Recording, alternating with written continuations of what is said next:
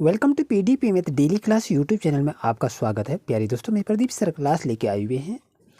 बहुत ही महत्वपूर्ण क्वेश्चन जो आपके एग्जाम के लिए काफ़ी महत्वपूर्ण है। तो क्वेश्चन क्या कह रहा है, ध्यान से देखिए। एक साइकिल के पहिए में कुल 24 तिलियाँ हैं। क्या कहता है, एक साइकिल के पहिए में कुल 24 तिलियाँ हैं, तो दो संलग्न तिलियों के बीच का कोण क्या होगा। जैसा कि देख रहे हैं, ये आपका क्या है, साइकिल का पहिया है और इसमें से तिलियाँ कितना है, इसमें से 24 तिलियाँ हैं। कितने तिलियाँ हैं, 24 तिलियाँ हैं, ये आपको बताया जा रहा है। अब ये कहता है कि दो संलग्न तिलियों के बीच, यानी दो ये तिलियाँ हैं, इसके बीच का कोण कितना डिग्री का होगा, ये आपसे पूछा गया है। तो चलिए इसका दोस्तों सॉल्यूशन करते हैं। तो जैसा कि देख रहे हैं, यहाँ से यहाँ तक यदि हम पूरा का मान माने, ये कितने डिग्री का कोण होती है, 360 डिग्री का। क्या नहीं समझे, चलिए इसको देखते हैं। जैसा कि हम इस चीज़ को हम यदि समझें, ये आधा आपका हो गया, तो आधा भाग कितना का है, ये 180 का, ये भी 180 का कोण बनाएगा। और यदि इसको आपस में और एक भाग करेंगे तो ये 90 डिग्री का कोण बनेगा, ये भी 90 का, ये 90 का और ये 90 का कोण बनेगा। ओके, चलिए, यानी कहने का मतलब है ये केंद्रीय कोण यहाँ कितनी डिग्री का कोण बना दोस्तों। यहाँ पर आपका केंद्रीय कोण की यदि बात करें तो केंद्रीय कोण आपका बना 360 डिग्री का। ओके, ठीक है। अब ये तिलियों की संख्या क्या कर रही है, तिलियों की संख्या 24 कर रही है। तो क्या करेंगे हम, 360 में हम 24 से डिवाइड कर देंगे। यदि 360 में हम 24 से यदि हम डिवाइड करेंगे दोस्तों, तो आपके पास 15 डिग्री आएगा। यानी कहने का मतलब है ऑप्शन नंबर 4 आपके लिए 100% सही रहेगा। जैसे कि दोस्तों नेक्स्ट क्वेश्चन आपके पास है बच्चों, ध्यान से देखें। कह रहा है कि अंकों 3, 4, 0, 7 से बनने वाली सबसे छोटी संख्या और सबसे बड़ी संख्या का योगफल ज्ञात कीजिए। यहाँ आपके पास इस तरह से 4 ऑप्शन रहते हैं, तो आपको बताना है कि इसका सही आंसर क्या होगा। जैसा कि आपको मालूम होनी चाहिए, यहाँ पर 3, 4, 0, 7 जो है, इससे आपको क्या बनाना है, सबसे बड़ी संख्या बनाना है और इसी से आपको सबसे छोटी संख्या बनाना है। तो सबसे बड़ी संख्या हम क्या बनाएंगे बच्चों, ध्यान रहे। तो बड़ी संख्या की यदि हम बात करें तो क्या होता है, बढ़ते क्रम नहीं घटते क्रम में लिखना है। यहाँ पहले क्या लिखेंगे, 7, फिर लिखेंगे 4, 3, फिर लिखेंगे 0। ये आपका क्या है, बड़ी संख्या है। अब उसके बाद यदि हम देखें छोटी संख्या, तो छोटी संख्या जो बनाएंगे आप क्या करेंगे, पहले हम 0 को लिखेंगे, नहीं पहले आपको 0 नहीं लिखना है। यहाँ पर पहले क्या लिखेगा, 3 लिखेगा, उसके बाद 0 लिखाया जाएगा, उसके बाद 4 लिखाएगा और उसके बाद 7 लिखाएगा। और यहाँ पर कह रहा है कि योगफल ज्ञात करें। योगफल का मतलब है बच्चों आपका जोड़ होता है। तो क्या करेंगे, इसको जोड़ देंगे, 7, 4, 3, 7 और ये हो गया 4 और 7, 3, 10, यानी हो गया कितना, 10,477। यानी ऑप्शन नंबर 2 आपके लिए बच्चों सही रहेगा। और ये सभी क्वेश्चन आपके एग्जाम के लिए महत्वपूर्ण है। जैसा कि देख रहे हैं प्यारे दोस्तों, क्वेश्चन क्या कह रहा है कि अंकों 3, 4, 0 और 7 से बनने वाली सबसे छोटी संख्या और सबसे बड़ी संख्या का अंतर ज्ञात करें। अभी आप पढ़े कि यहाँ पर आपको कहा रहा था कि योगफल ज्ञात करें। अब आपसे क्वेश्चन यदि हम पूछा जाएगा अंतर ज्ञात करें, तो क्या करेंगे। तो आप जान रहे हैं सबसे बड़ी संख्या यदि 3, 4, 0, 7 से बनाएंगे तो आपका बड़ी संख्या क्या होगा, 7,430 होगा, ये बड़ी संख्या। और अगर छोटी संख्या की बात करें तो यहाँ क्या हो जाएगा, 3,047, क्या हो जाएगा, 3,047 हो जाएगा। ये आपकी छोटी संख्या है। अब कहा था अंतर, अंतर का मतलब होता है घटाइए, तो इसको घटा देंगे। 10 में 7 जाएगा, 3 बचेगा। यहाँ पर 12, 2 बचेगा, तो 12 में 4 जाएगा, 8 बचेगा। यहाँ पर आपका 3 बच जाएगा और ये 7 में 3 घटाएंगे तो 4 बचेगा। तो बच्चों आपका आंसर क्या हो गया, 4,383 इसका सही आंसर होगा। ये सभी क्वेश्चन जो हैं आपके नेतरहाट एग्जाम हो या रेलवे का एग्जाम हो या नवोदय का एग्जाम हो, सभी परीक्षा में ये क्वेश्चन को पूछे जाते हैं। जैसे कि देखिए प्यारे दोस्तों, क्वेश्चन क्या कह रहा है कि संख्या यहाँ आपका दिया हुआ है और ये कह रहा अंक में 5 और 3 के स्थानीय मानों का अंतर क्या है। यानी यहाँ पर जो संख्या दी हुई है, तो इस संख्या में से ये कह रहा है कि 5 का स्थानीय मान निकाल लीजिए। तो 5 का हमने स्थानीय मान को निकाल लिया। अब उसके बाद कह रहा है 3 का भी स्थानीय मान निकाल लीजिए। तो 3 का भी मान को मैं स्थानीय मान निकाल लिया। अब ये जैसे देखिए यहाँ आपका 5,000 हो गया और ये 30 है। अब ये कह रहा है कि ये दोनों 5 और 3 के स्थानीय मानों का अंतर क्या है। तो यहाँ पर बच्चों यहाँ पर लिख लीजिए और यहाँ पर 30 इस तरह लिख लीजिए और इसको घटा दीजिए। यहाँ पर जैसे घटाएंगे तो 0 हो जाएगा। 10 में 7 जाएगा, क्या बचेगा, यहाँ आपका 10 में 3 जाएगा, 7 बचेगा। यहाँ आपका क्या बच गया, 9 बच गया। तो बच्चों यहाँ पर देखेंगे आप क्या बचेगा, यहाँ आपका 4 बचेगा। यानी कहने का मतलब है 4970 इसका सही आंसर होगा। ऑप्शन नंबर 2 बच्चों आपके लिए सही रहेगा। और ये सभी क्वेश्चन जो है आपके एग्जाम के लिए काफ़ी महत्वपूर्ण है। बच्चों क्वेश्चन यहाँ ये भी दे सकता है कि ये संख्या दी रहेगी और इसमें से कह रहा है 5 और 3 के स्थानीय मानों का अंतर ज्ञात करें। यहाँ जैसे अंतर कह रहा है ना, ये आप अंतर माने घटा कर दिए।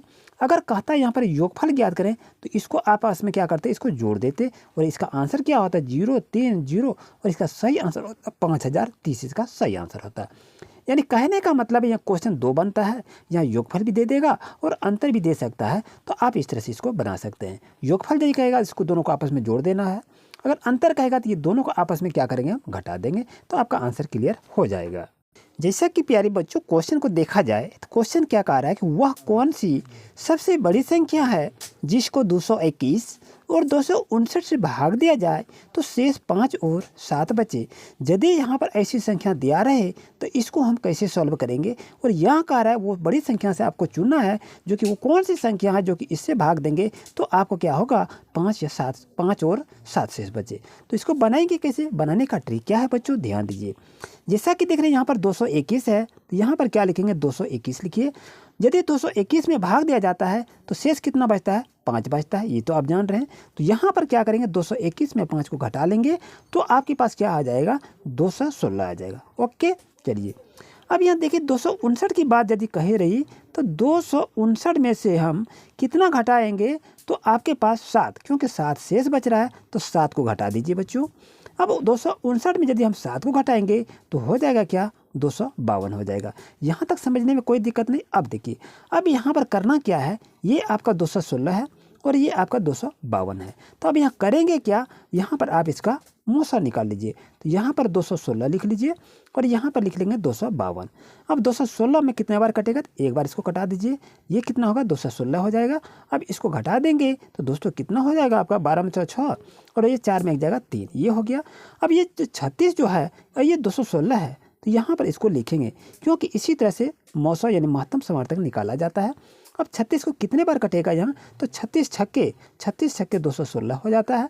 अब इसको यदि आपस में घटा देंगे दोस्तों तो बचेगा क्या 36 हो जाएगा। यानी कहने का मतलब है दोस्तों आपके लिए ऑप्शन नंबर 2 आपके लिए 100% सही रहेगा। और इस ट्रिक से इस्तेमाल से बहुत जल्द समय में इसको आप सॉल्व कर सकते हैं। प्यारे बच्चों जैसे कि क्वेश्चन आपके पास आ गया है कि 15 से नीचे की सभी सम संख्याओं का योग क्या होगा। यानी 15 से नीचे वो संख्या लिखना है जिसका जितने भी अंक हैं सभी को जोड़ना है और उसका आंसर क्या आएगा, ये आपसे पूछा गया। यहाँ पर देखिए आपके पास आंसर इस तरह से दिया हुआ है। तो चलिए लिखते हैं कि 15 से नीचे की सभी सम संख्या कौन कौन सी होती है। तो सम संख्या आपका होता है 2 होता है। और यहाँ क्या करा योग, तो जोड़ते चलेंगे, 2 लिखेंगे, फिर यहाँ 4 लिखेंगे, फिर यहाँ पर 6 लिखेंगे, फिर यहाँ लिखेंगे 8, फिर लिखेंगे 10, फिर लिखेंगे 12 और फिर लिखेंगे 14। और उसका 15 आगे नहीं लिखना क्योंकि 15 से नीचे का रहा है ना। यदि हम सभी को आपस में यदि दोस्तों हम जोड़ेंगे, सबको जोड़ने के बाद आपका कितना हो जाएगा, तो 56 हो जाएगा। यानी कहने का मतलब है कि ऑप्शन नंबर 2 दोस्तों आपके लिए 100% सही रहेगा। प्यारे दोस्तों क्वेश्चन देखिए आपके पास आ गया है कि 2.3/4 माइनस 1.5/6 प्लस 5.2/3 का मान क्या होगा। तो सर्वप्रथम करते क्या है, इसका हम पहले पूर्णांक को तोड़ लेते हैं। तो पूर्णांक तोड़ने के बाद क्या होगा, 4 दूनी 8 और 3 11। यहाँ पर पूर्णांक जो है इसको आपस में गुना करेंगे और इसको जोड़ेंगे। कितना होगा 4 दूनी 8, 8 3 कितना होगा 11 हो जाएगा। तो 11 बटे क्या लिखेंगे, 4 को लिख लीजिए माइनस, फिर 11 6 1 6 और 5 कितना होगा 11 होगा। 11 बटे 6 लिखेंगे, यहाँ पर प्लस दिया है प्लस दीजिए, फिर 5 या 15 और 2 जोड़ेंगे कितना होगा 17 होगा। 17/3 को लिखेंगे। यहाँ तक बच्चों आपको समझने में कोई परेशानी नहीं होनी चाहिए। अब जैसा कि देख रहे हैं 4 6 और 3, 4 6 3 का यदि हम एलसीएम निकालेंगे, लघुत्तम निकालेंगे तो बच्चों क्या हो जाएगा 12 हो जाएगा। अब यहाँ पर 4 है और यहाँ 12 है तो 4 से हम 12 में यदि हम डिवाइड करेंगे तो कितना होगा 4 तिया 12 हो जाएगा। तो यहाँ 3 और 11 को गुना करेंगे तो हो जाएगा कितना 11 तिया 33 हो जाएगा। अब यहाँ पर माइनस को लिख दीजिए और फिर 6 है और 12 है तो 12 में हम 6 से यदि डिवाइड करेंगे तो कितना होगा 2 होगा। 6 दूनी 12 2 हो जाएगा और 2 को हम 11 से गुना करेंगे तो 11 दूनी कितना होगा 22 हो जाएगा। फिर यहाँ पर प्लस चिन्ह है, प्लस चिन्ह को दे दीजिए बच्चों। अब यहाँ 3 है और यहाँ पर 12 है, तो 12 में 3 से यदि हम डिवाइड करेंगे तो कितना होगा, 4 होगा, और 4 से हम 17 से गुना करेंगे तो कितना हो जाएगा, तो 17 चौके 68 हो जाएगा। तो यहाँ पर आप लिख देंगे। बच्चों ध्यान रहे, अब यहाँ पर देखिए क्या करना है, यहाँ पर आप सॉल्व क्या करते हैं, इसको घटा देते हैं और इसको जोड़ देते हैं, ये आपका गलत हो जाएगा, ऐसा नहीं करना है। तो बच्चों बनाएंगे कैसे, ध्यान दीजिए। आपको करना क्या है, ये संख्या जो है ना, ये पॉजिटिव है और ये भी पॉजिटिव है, ये दोनों को आपस में क्या करेंगे, इसको और इसको आपस में जोड़ देंगे। यदि 33 और 68 को यदि हम जोड़ेंगे तो आपका कितना हो जाएगा, 101 हो जाएगा बच्चों। अब यहाँ पर माइनस है, माइनस को दे दीजिए, और यहाँ पर क्या है, 22 है, और नीचे में क्या है आपका 12 है। जैसा कि देख रहे हैं 101 में से हम 22 को यदि हम घटाएंगे बच्चों तो आपका कितना आएगा, 79 हो जाएगा, और नीचे में आपका 12 है, तो 12 को यहाँ पर लिख लीजिए। अब यहाँ पर यदि इसका पूर्णांक को तोड़ेंगे तो कितना हो जाएगा दोस्तों, 6.7/12 इसका सही आंसर होगा। यानी कहने का मतलब है ऑप्शन नंबर 1 आपके लिए 100% सही रहेगा। प्यारे बच्चों, प्यारे दोस्तों, क्वेश्चन को यदि देखा जाए तो क्वेश्चन नेक्स्ट आपके पास है कि 400 का 30% कितना होगा। इस तरह से आपके पास 4 ऑप्शन दिखाई देंगे। तो यहाँ पर क्या लिखेंगे, पहले आप 400 को लिख लीजिए, और का मतलब क्या होता है दोस्तों, गुना होता है, गुना लिखिए, और यहाँ 30 है तो 30 लिखिए, और प्रतिशत का मतलब होता है 100 होता है। अब यहाँ पर कटा दीजिए, जहाँ जहाँ भी कटता है उसको कटा दीजिए। अब यहाँ पर 40 और 30 बच गया, तो 40 और 3 को हम क्या करेंगे, गुना कर लेंगे, तो 40 या 120 हो जाएगा। यानी कहने का मतलब है ऑप्शन नंबर 4 दोस्तों आपके लिए 100% सही रहेगा। चलते हैं क्वेश्चन नंबर नेक्स्ट पर। जैसा कि देख रहे दोस्तों, क्वेश्चन क्या कह रहा है कि 4.4 प्लस 4.44 प्लस 44.444 का योगफल कितना होगा। यहाँ देखिए आपके पास 4 ऑप्शन दिया हुआ है, तो इसको बनाएंगे कैसे, ध्यान दीजिए। इसको बनाने का ये सिस्टम है, ट्रिक है। यहाँ पर देखिए पॉइंट है, यहाँ भी पॉइंट है, यहाँ भी पॉइंट है, यानी यहाँ पर देखें तो एक, यहाँ पर 1 2 और यहाँ पर 1 3 पॉइंट दिया है। तो हम करेंगे क्या, 3 पॉइंट को यहाँ पर इस तरह से सीधी में दे दीजिए। ओके, कोई दिक्कत नहीं। जैसे देख लीजिए 4.4 है, तो यहाँ पर लिखिए 4 और इधर को लिखिए 4। फिर इसको कैसे सजाएंगे, यहाँ पॉइंट है, यहाँ पॉइंट को दिया, और पॉइंट के पहले एक अंक 4 है, यहाँ पर एक अंक पर हम 4 लगाएंगे, और इधर 2 अंक है तो 2 अंक को हम आगे इस तरह से लिखेंगे। और तीसरा पॉइंट यदि बात करें, यहाँ पर पॉइंट है, पॉइंट को दिया, इसके आगे में 4 4 2 टो है, तो एक तो यहाँ लिखेंगे और एक को यहाँ लिखेंगे, और इसके आगे में 3 टो 4 है, तो 1 2 और 3, और इसका क्या करें, योगफल। योगफल का मतलब क्या होता है बच्चों, योगफल का मतलब जोड़। तो इसको जोड़ लीजिए, 4 4 8 हो गया, और ये 4 4 12 का 2 बच गया 1, ये 4 4 12 और 1 हो गया 13 का 3 बच गया 1, 4 और 1 5 हो गया, तो 53.284 हो गया। तो ऑप्शन नंबर 3 बच्चों आपके लिए 100% सही रहेगा। चलते हैं क्वेश्चन नंबर नेक्स्ट पर। ये जो क्वेश्चन है ये आपके नवोदय एग्जाम 2025 में इस क्वेश्चन को पूछा गया था। प्यारे दोस्तों, क्वेश्चन जैसा कि देख रहे हैं आपके पास क्या है, 8% वार्षिक ब्याज की दर से 600 रुपया का ब्याज 5 वर्ष में कितना होगा। 60 रुपया होगा, 90 रुपया होगा, 120 होगा या 240 रुपया होगा। यहाँ पर क्या कह रहा है, वार्षिक ब्याज की दर से 600 रुपया का ब्याज क्या होगा, यही तो कह रहा है। तो ब्याज हम कैसे निकालते हैं, तो चलिए इसको ब्याज निकालने का सूत्र को आप नोट कर लीजिए। तो ब्याज बराबर क्या होता है, मूलधन गुना समय गुना दर बटे 100 होता है। अभी हम ट्रिक भी बताएंगे, इसकी फॉर्मूला की आवश्यकता नहीं है। जैसा कि मूलधन की यदि बात करें तो मूलधन जो सबसे बड़ी अंक होती है वो होती है, तो यहाँ पर मूलधन क्या लिखेंगे, 600 को लिख लीजिए। समय कह रहा है तो समय कितना है, 5 वर्ष कह रहा है, तो यहाँ पर 5 को लिख लीजिए।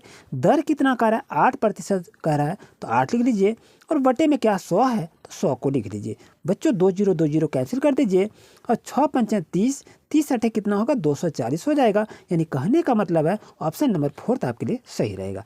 ये आपको हम बेसिक बताए कि फॉर्मूला के माध्यम से। अगर आप ट्रिक के माध्यम से इसको बनाना चाहते हैं तो देखिए यहाँ पर क्या कर रहा है, 8 का रहा है, 8% है, 8% को लिखिए।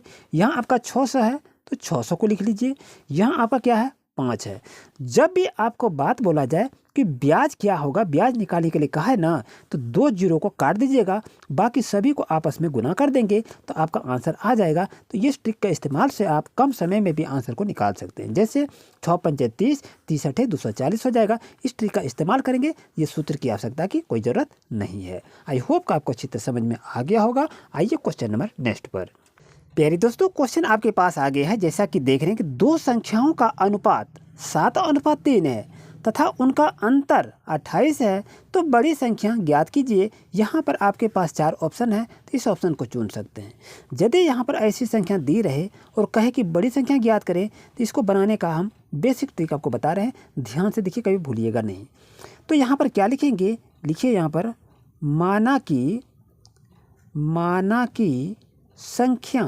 माना की संख्या आपके पास क्या है, तो 7x है और दूसरी संख्या क्या है, 3x है। यही तो है।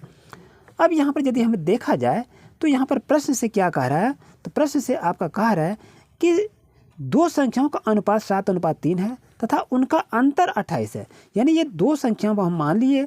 अब इसके बीच का अंतर का 28 है, तो यहाँ क्या हो जाएगा, 7x - 3x = 28। यहाँ तक कोई दिक्कत नहीं है। चलिए, अब 7 में 3 को घटाएंगे, कितना होगा, 4 होगा, यानी 4x हो जाएगा। इक्वल टू कितना होगा, 28 होगा।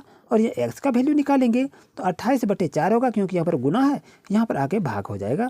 तो ये कितना होगा, 4 × 7 = 28 हो जाएगा। यहाँ तो कोई दिक्कत नहीं। चलिए, अब जैसा कि देखा जाए तो बड़ी संख्या की बात कही रही है ना, तो यहाँ पर बड़ी संख्या हम क्या निकालेंगे, तो यहाँ पर लिख लीजिए बड़ी संख्या इक्वल टू, तो इसमें से ये 7x और 3x दोनों में बड़ी क्या है, तो दोनों में बड़ी तो आपका 7x है। तो बच्चों यहाँ पर क्या लिखेंगे, 7x को लिख लीजिए, इक्वल टू 7 यहाँ पर लिख लेंगे और यहाँ पर गुना दीजिए। और x का वैल्यू ये कितना आया है, 7 आया है, तो यहाँ पर को 7 लिखेंगे और 7 को हम गुना कर देंगे तो 49 हो जाएगा। यानी कहने का मतलब है ऑप्शन नंबर 1 आपके लिए 100% सही रहेगा। और यदि यहाँ से आपको छोटी संख्या की यदि ये बात कहा जाता, तो यहाँ पर छोटी संख्या 2 क्वेश्चन बनता है। यहाँ कभी बड़ी संख्या निकालने के लिए कहा देगा, कभी आपसे छोटी संख्या निकालने के लिए कहा देगा। अगर छोटी संख्या निकालने के लिए यदि बात कहे, तो यहाँ पर क्या करेंगे, 3x को लिखेंगे।